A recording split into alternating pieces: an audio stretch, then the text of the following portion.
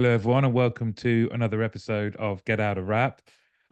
Luckily, I did say we should hit record because we've been talking for half an hour before realizing, wait a minute, I that will give you a clue as to who I've got on because well known in the industry for a great smile, great at a job, very, very chatty. And I'm very pleased to say Kerry Sudale, founder of Sudale Search and Select, is the guest. Welcome. Hi, Martin. Yeah, we could have carried on that conversation for way too long, hey? And then we would have been like, oh, wait a minute, we need to rebook the podcast.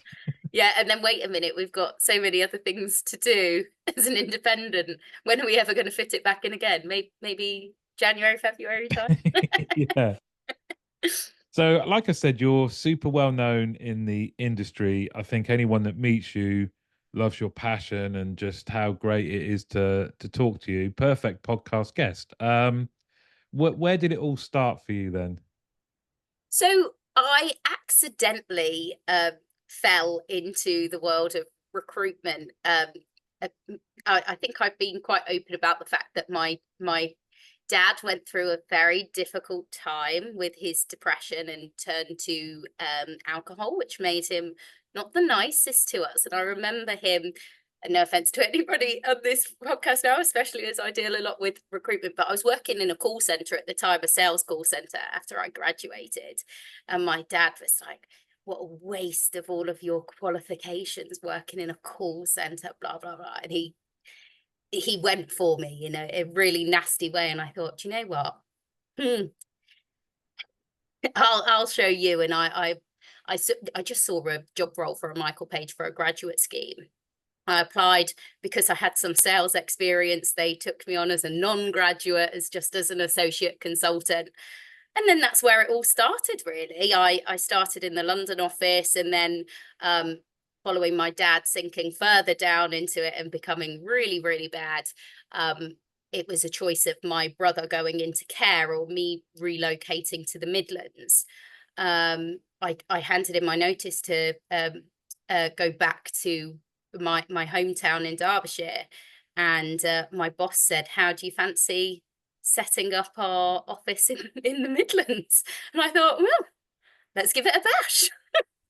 So I was a one-man band in a big FTSE 250 in Birmingham for a while, whilst looking after my teenage brother and dealing with my dad coming around. So that was my first venture into recruitment, and then all built on from there, really.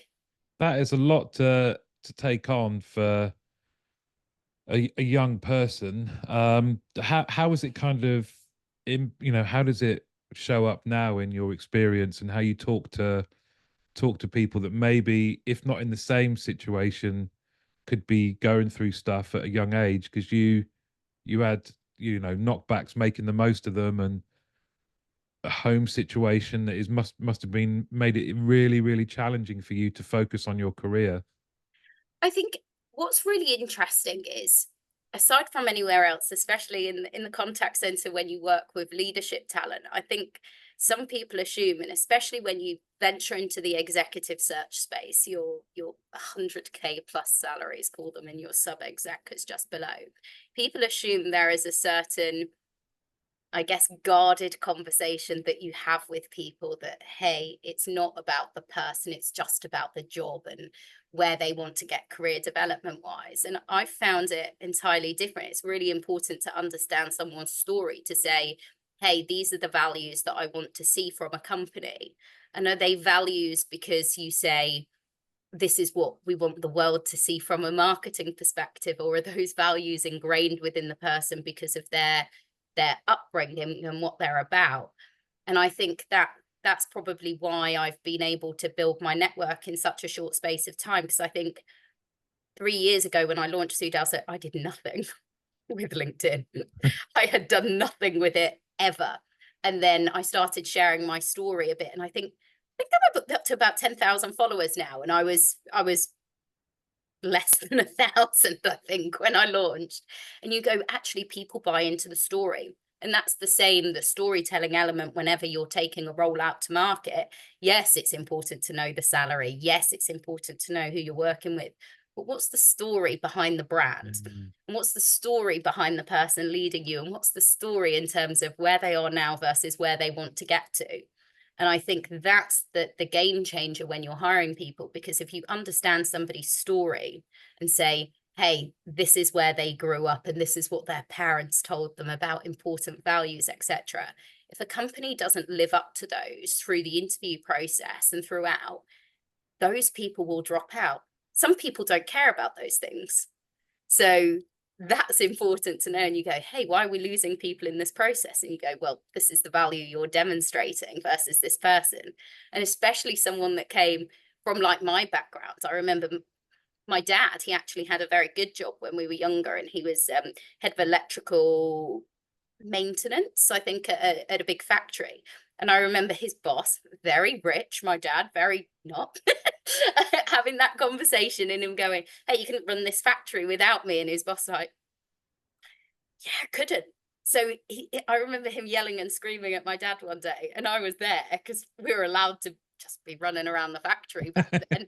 And he went, hang on a minute, I'll stop you right there. And he said, don't you ever talk to me like that, especially in front of my daughter, ever again. Had that conversation.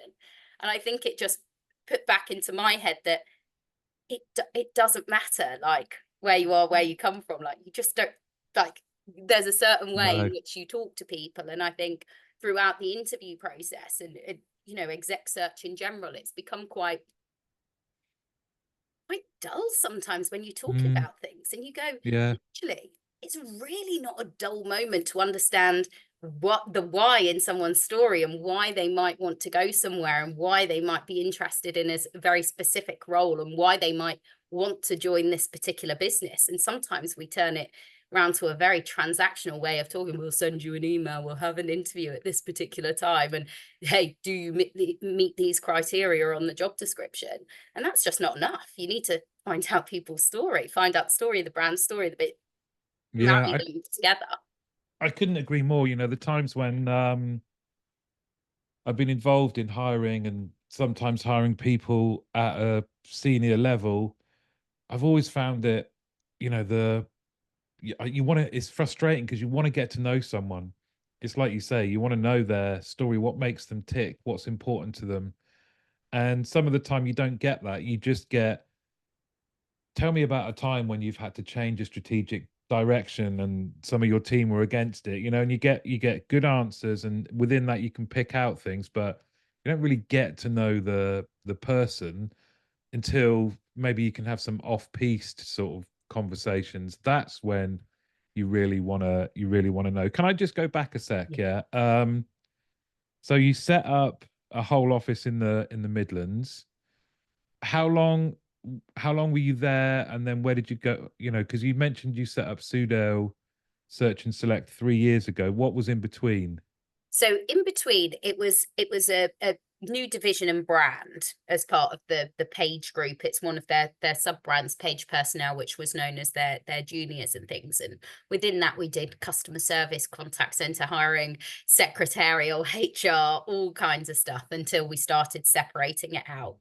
A few years into that, I think I was their top performer across the country a few times in our permanent division.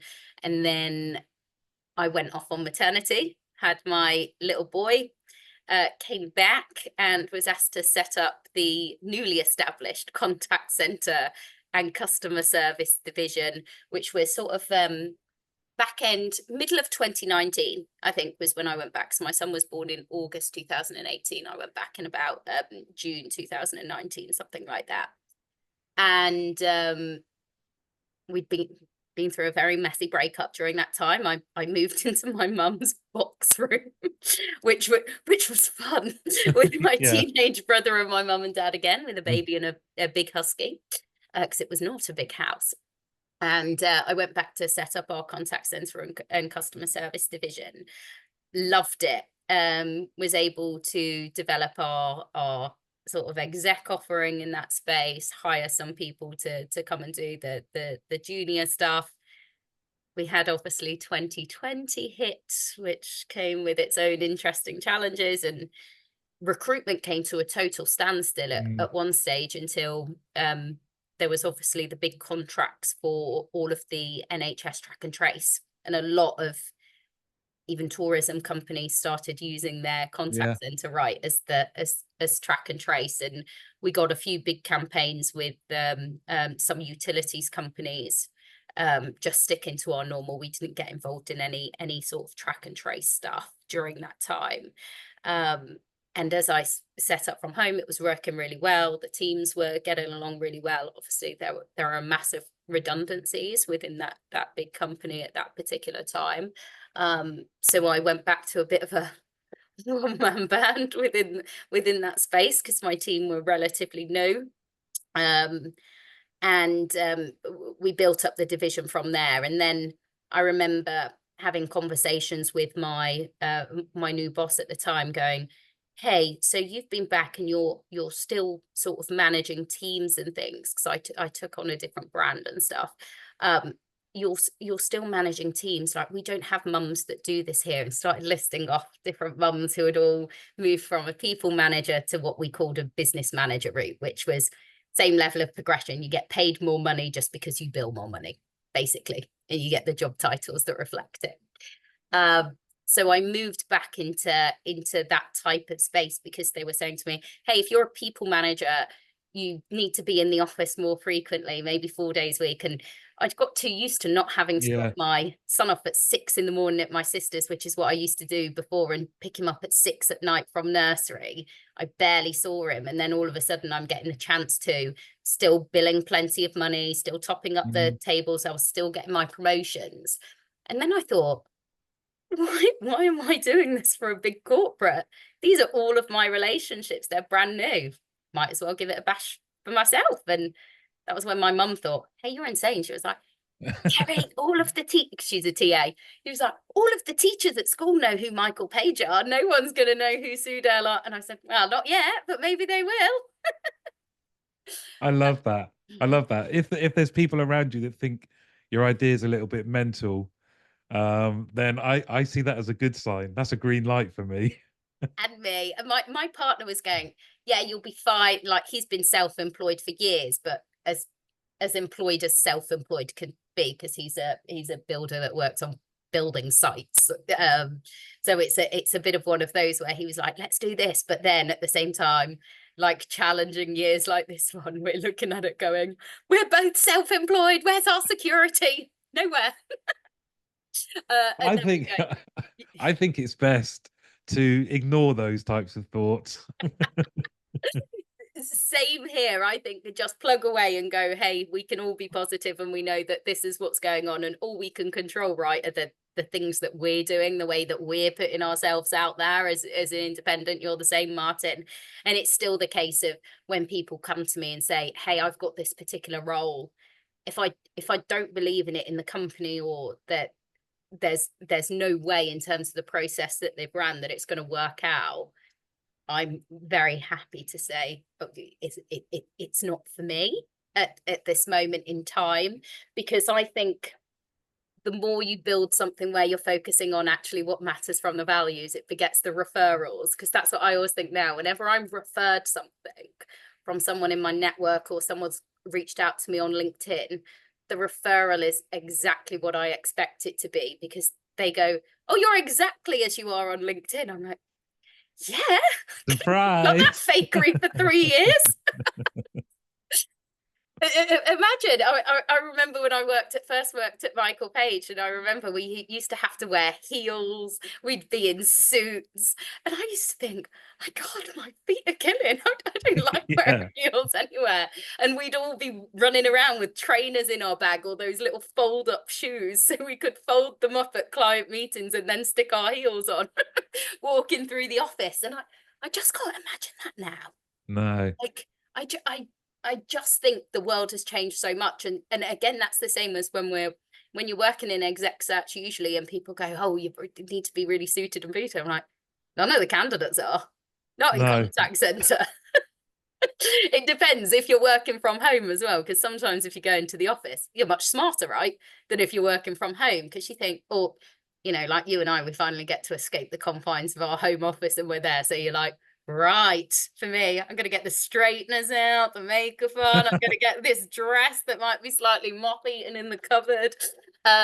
Because I'm just so used to working in comfort now. Because you feel a bit silly working from home in a suit. Oh, it's only like industry events where I put trousers on or jeans. I'm in shorts all the time.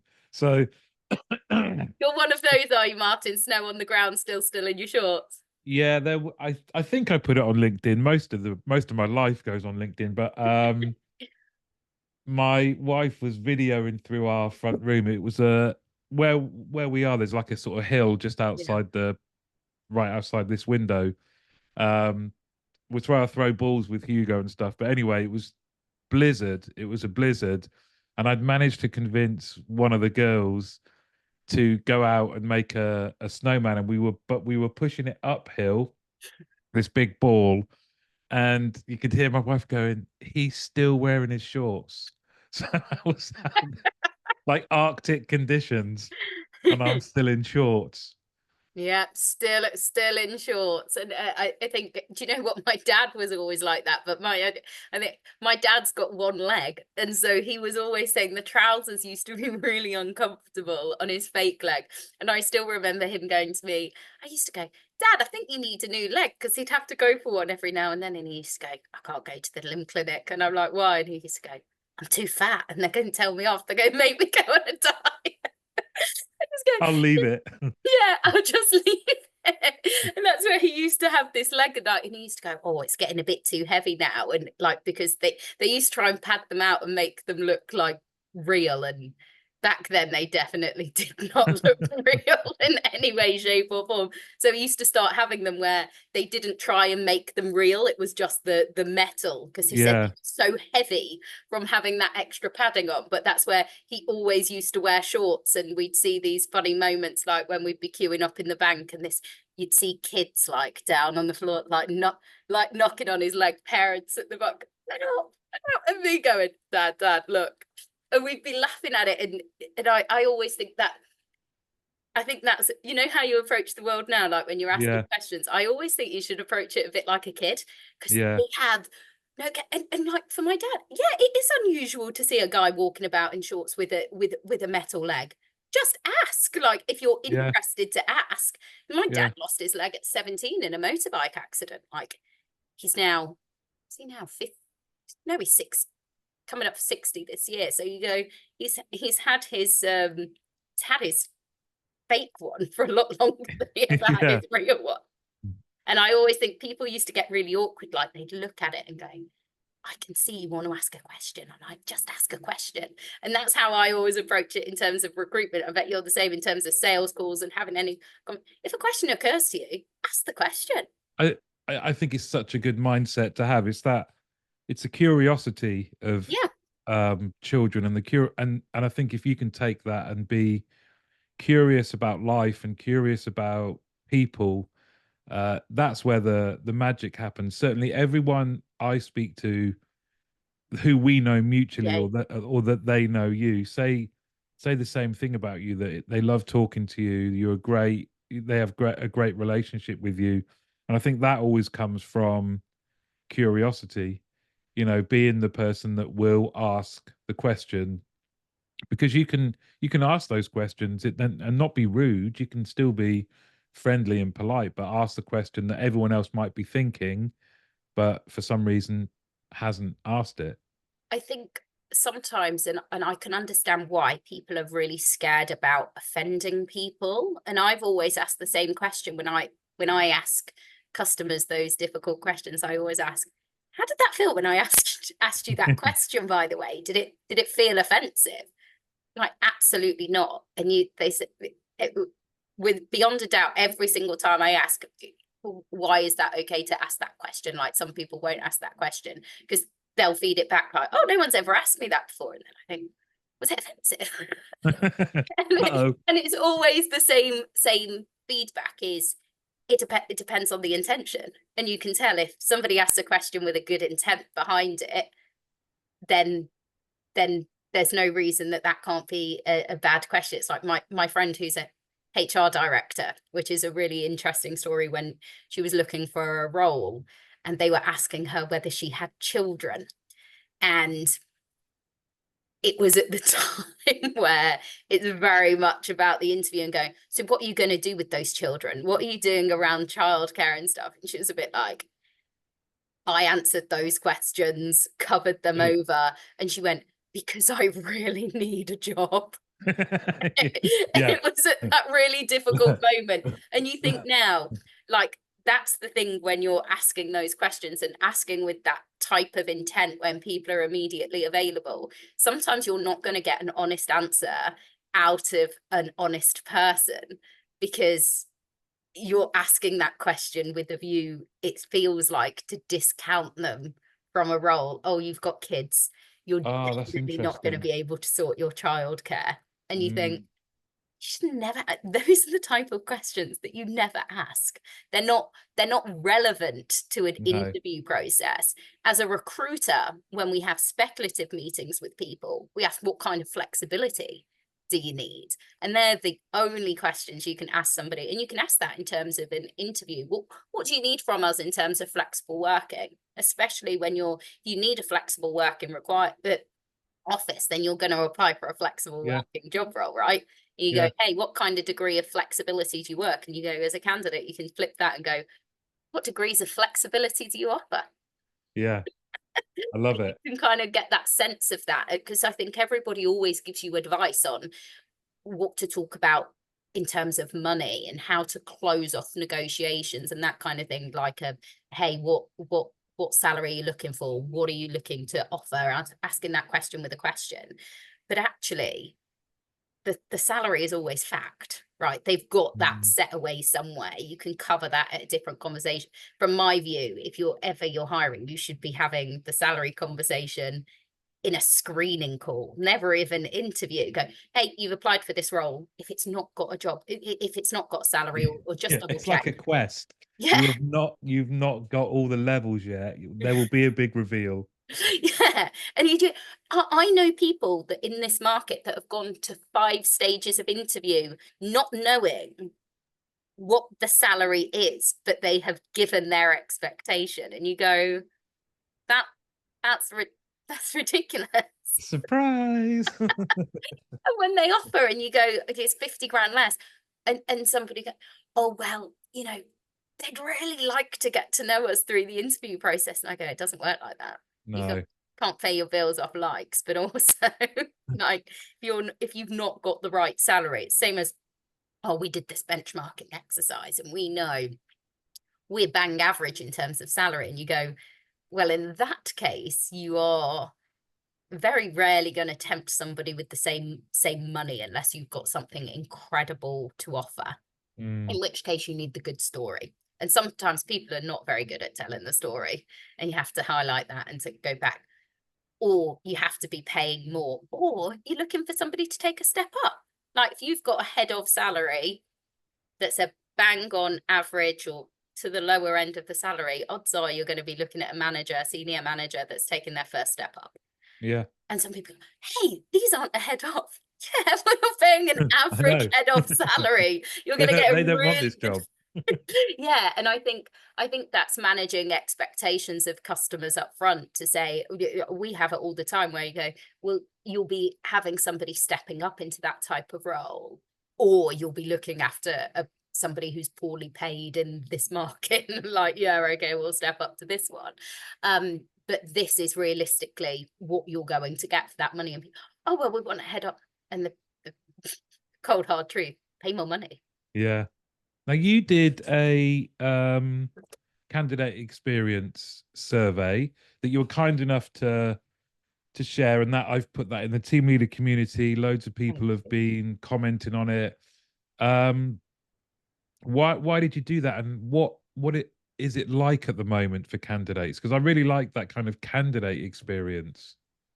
Yeah, and I think some people, when sorry, I know I got some people reaching out to me from inside the recruitment industry thinking that it was a bit soft, I guess, but I think people have that same view of customer experience. For example, they go, oh, it's a bit soft, a bit woolly. in terms of what it's about. And you go, actually, the candidate experience is if you want to put it under a customer experience umbrella, in recruitment, we've referred to candidates, clients, the whole thing is customer experience.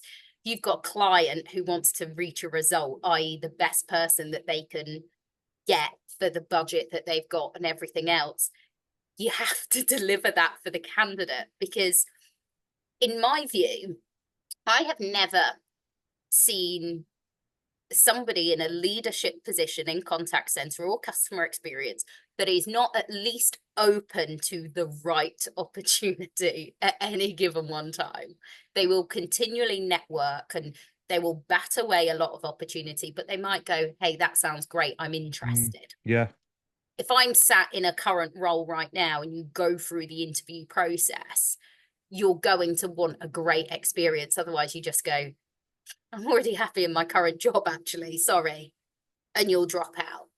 And the reasoning why we started behind the candidate experience survey in the first place is last year I started running an open to work networking session, which was just for immediately available people who were looking for work.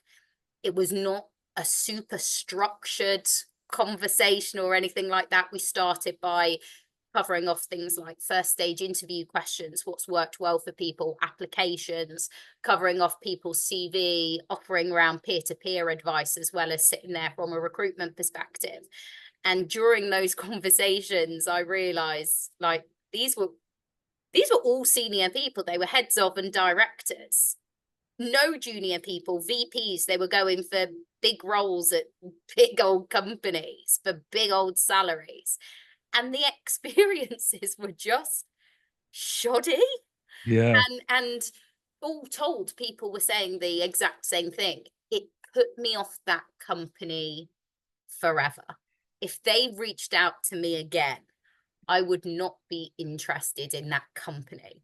And the same thing happened in terms of recruiters. I hear it all the time. I wouldn't go near that recruiter because of XYZ in my experience. Yeah. And they're not little things, because, you know, people reach out to you all the time within your inbox and you can't possibly reply to everybody whilst you're doing the day job, doing the marketing, doing whatever else you're doing as well. But if somebody is engaged with you in conversation, you need to follow up all of those conversations through to fruition. And I remember thinking, actually, this small group and the people that I speak to on a regular basis, they're giving the feedback constantly that their interview feedback is rubbish. Their onboarding process is not strong when they're going through that.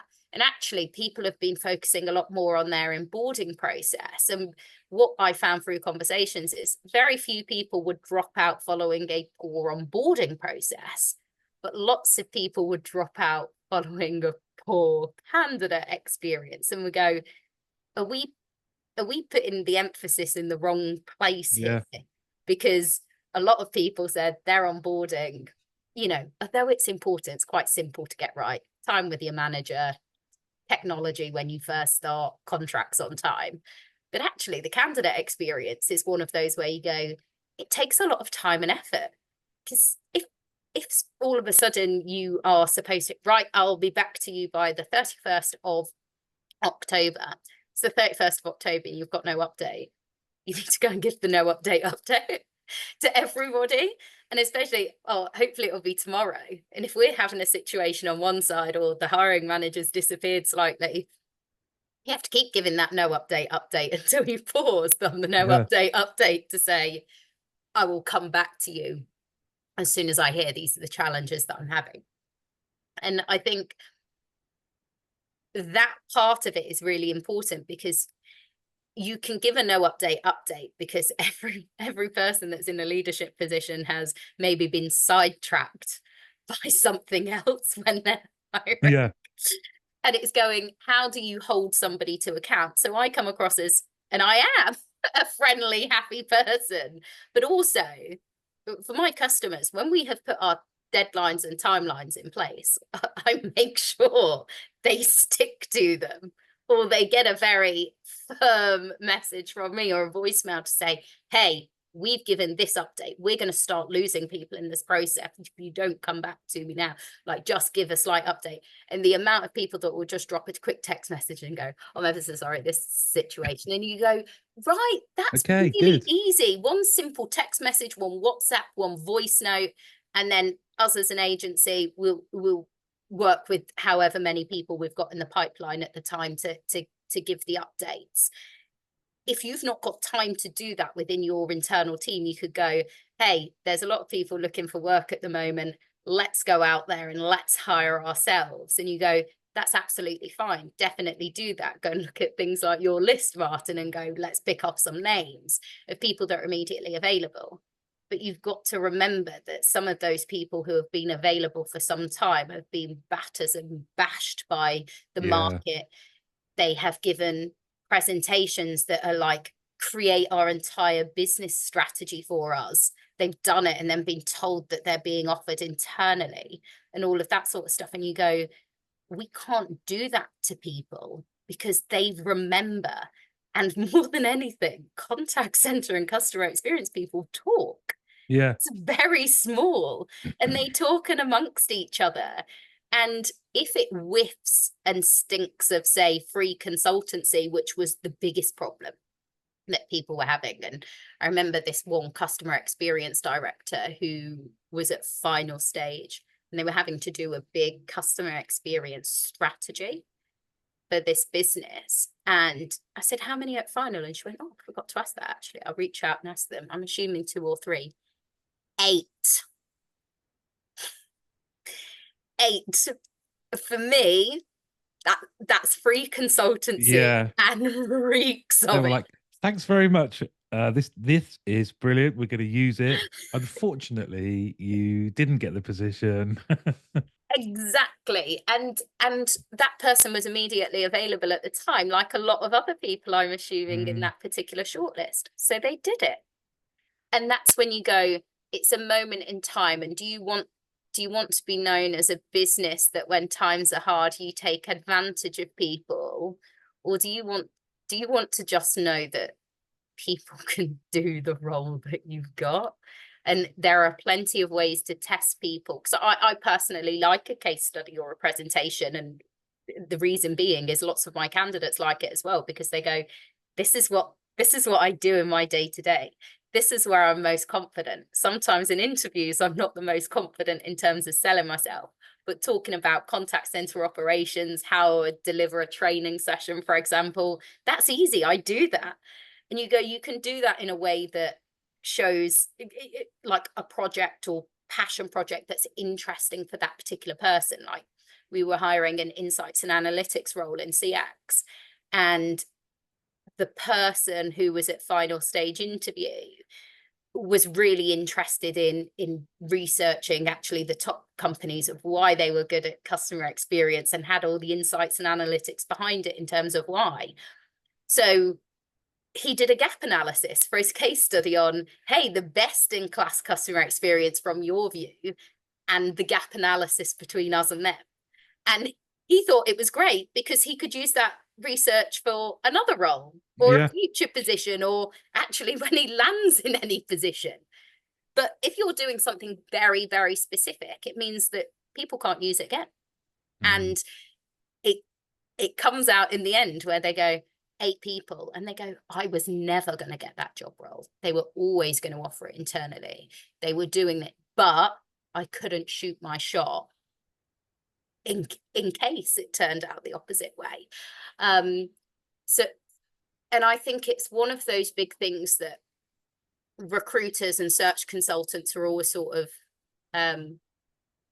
accused of, I guess, or it's the view from our side is, when we need them, they are not there. But when they need us, we get a lot of phone calls, i.e., this person never communicated with me whilst I was actively looking for a job. I land in my new role and immediately they're there going, what do you need over the next 3 months for me to help recruit for you? And you go, that's the same for like companies that do things in the right way. Like we found, I think it was less than 50% of people were getting any sort of quality feedback. And part of that quality feedback was good quality, it was useful for future applications, which was a very low number, or good quality, it gave me a boost. Because that's an important one as well, to say, hey, you're immediately available, you've just interviewed with us, this is what we really liked about you, to be able to give people that confidence and boost in the market.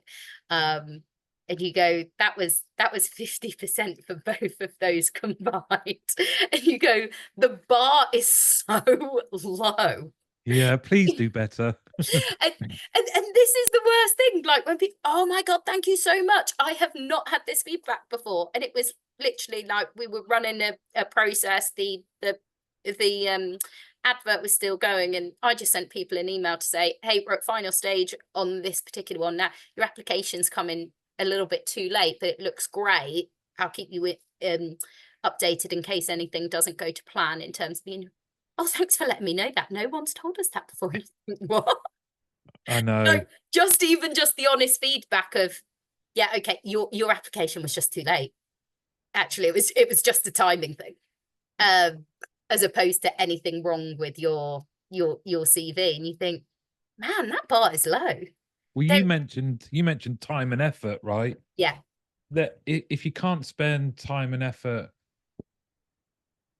you know, in an area where you're dealing with people, and people who are going through all kinds of, this is a highly emotive time, isn't it? yeah, That I can remember that, looking for work and feeling at times panicked, and it was quite a senior role I was going for, so you were, a lot of the time from your network, people said, oh, come and see our operation, and you can meet the people, meet our bosses and have a chat. And I remember going to one place in particular. They'd forgotten I was coming. It was super chaotic, and I remember thinking, oh, this isn't a great place, but still thinking, well, I've got to get a job. I've yeah. got to get a job. So if they were going to offer me something, I'd probably say yes, but not feel great about it. And it's like you say, if they just spent a bit of more time and attention and care, right, what's happening? Let's talk to him. He's going to meet this person, then that person, and that's just that's just one example. But you're right. I know there's people that I'm in touch with that have been at work for a while, and it's had a deep impact on them as people. Their psyche and their kind of well-being. They have taken some knocks. I think it leaves people open, and I think this is the bad thing that people look at as well now when they say, hey, they've had a couple of short stints recently, and you go, look at the historical. Because the bad thing is when there are very few bits available, and maybe when your confidence has taken a battering through this kind of thing, you're not going to necessarily show your best self, and you might go for roles that you wouldn't have been interested in before, and find yourself in situations where you're thinking, my God, I hate it here, but I can't face Mm, being out there mm, again mm. right now. And you think that's the bad thing then, because people go from, maybe will jump from one terrible environment to another just to get out of this one, and they don't necessarily spot the same red flags that they would when they're happy and comfortable. Yeah, And I think that's led to probably poor process, because people are thinking, hey, we're still getting these great people, but you're not retaining those great people. And you can't, I think you and we spoke about this, didn't we, on one of the audio events? Like you can't attract great people without retaining them. And if you're hiring great people and you're not retaining them, we should maybe stop putting that on the individual and thinking, let's look at that company. Because actually that company having this same role, it's really easy to search on LinkedIn now, that same company having people for brief spells of time. But also what's really easy to do is forget. oh, let's erase this 3 months from Yeah, my LinkedIn profile forever. And the gone. company don't mind about doing it. And I think that's the difficult thing then when people enter into process and you go, hey, well, what were you doing for these 3 months? Well, actually, I was working in quite a toxic environment. And I think it makes people feel badly when they go from one toxic environment to another, but it's the easiest thing to do when you're in toxicity, to move out to something slightly less toxic, or toxic in a different way that you don't spot. And I think that's why companies need to look at it and say, hey, let's not be overly critical of people giving an honest view of why they're looking to leave their current company. You can talk about a toxic work environment without going, oh, it's toxic and this is what it is. But if somebody says to me, hey, this is the way that the company is running, and this is why it's not for me, some companies will turn around and say, oh, they were really overly critical of their current business.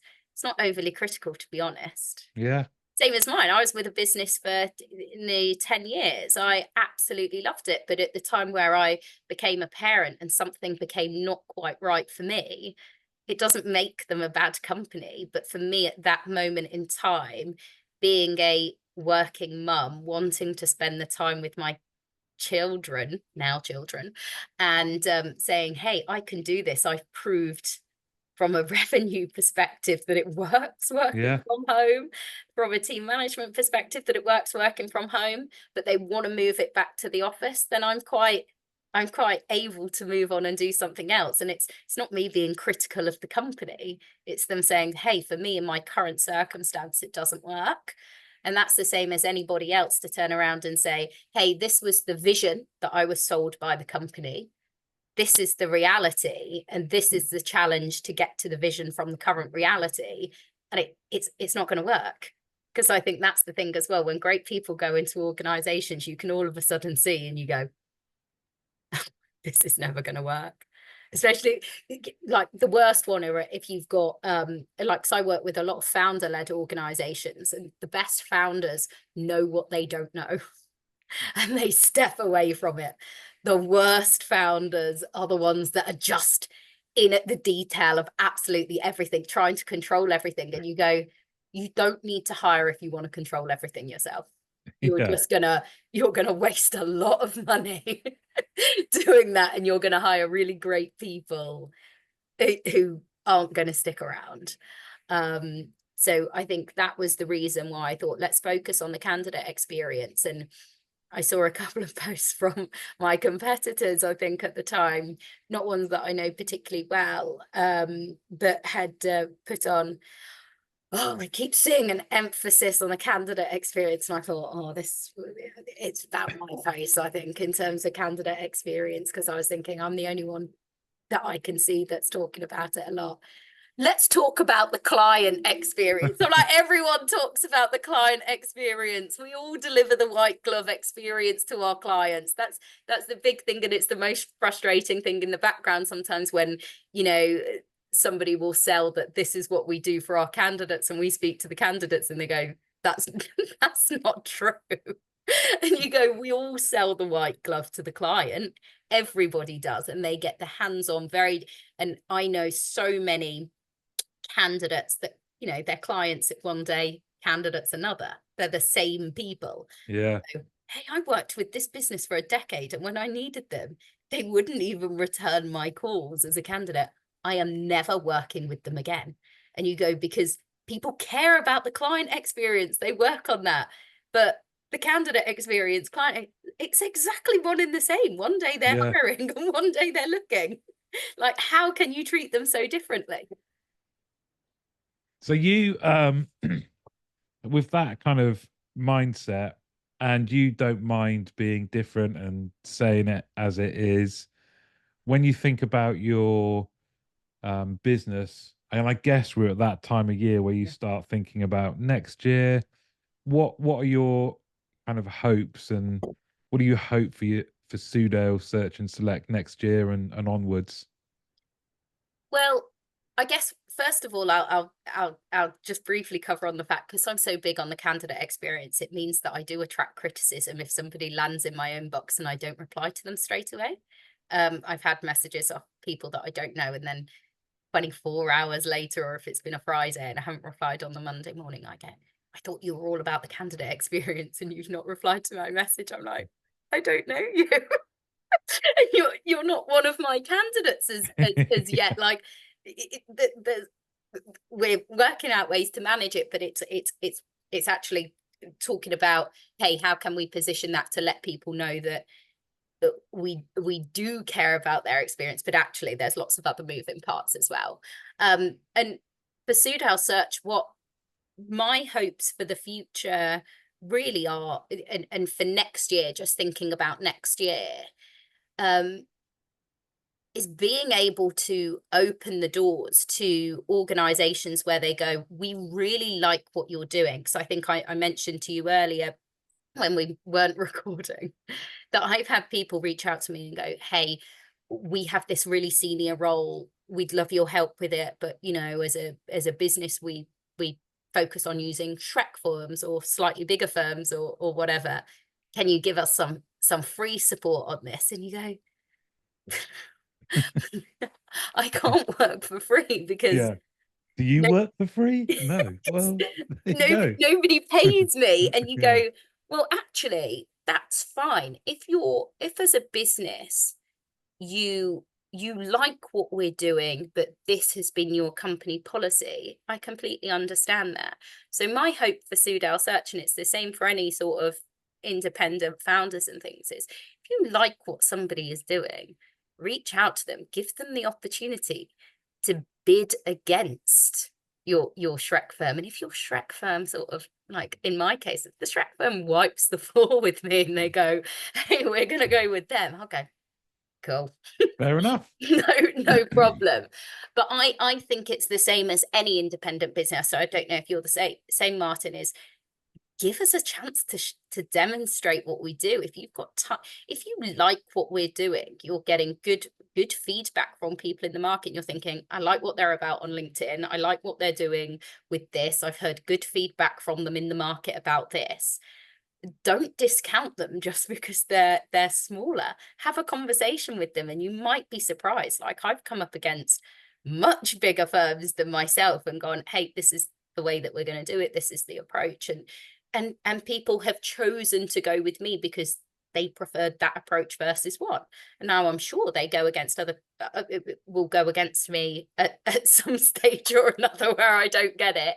But again, I'm really easy to offend, and my thing would be, give us a chance to bid against a bigger firm, and if we don't secure that, great, fine, give us some feedback.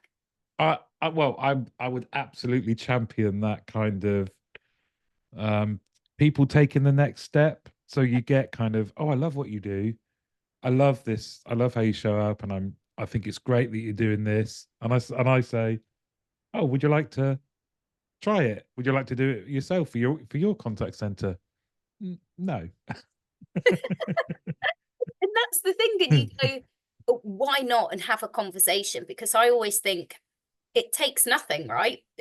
I bet you can get through a meeting in terms of doing what you do, finding out a bit of information, sometimes in a quick whip, half an hour, and say, hey, let's have a conversation about this. Ideally, you want an hour and a half for someone's time, but you think, let's have a half an hour conversation. If you then, half an hour, it's easy to steal a half an hour conversation.